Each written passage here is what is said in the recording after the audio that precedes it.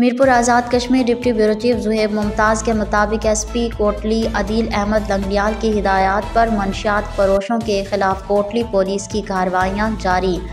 थाना पुलिस कोईरटा के मंशियात फरोशों के खिलाफ कार्रवाइयाँ। 1 किलो 660 ग्राम चर्स, 5 ग्राम आइस बरामद, मुलजमान गिरफ्तार। राजा सदाकत हुसैन SHO थाना पुलिस कोईरटा के हमरा नफरी पुलिस की कार्रवाई।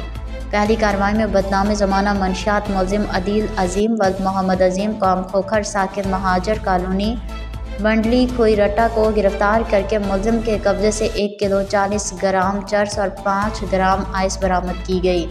दूसरी कार्रवाई में मुलजिम यासीन वल्द मोहम्मद लतीफ़ कौम मुगल साकिन लारी अड्डा कोईरटा को गिरफ्तार करके मुलजिम के कब्जे से 620 ग्राम चर्स बरामद की गई। इस तरह मुलजमान से कुल 1 किलो 660 ग्राम चर्स और 5 ग्राम आइस बरामद करते हुए मुलजमान के खिलाफ मुकदमा दर्ज करके तफ्तीश का आगाज़ कर दिया गया है।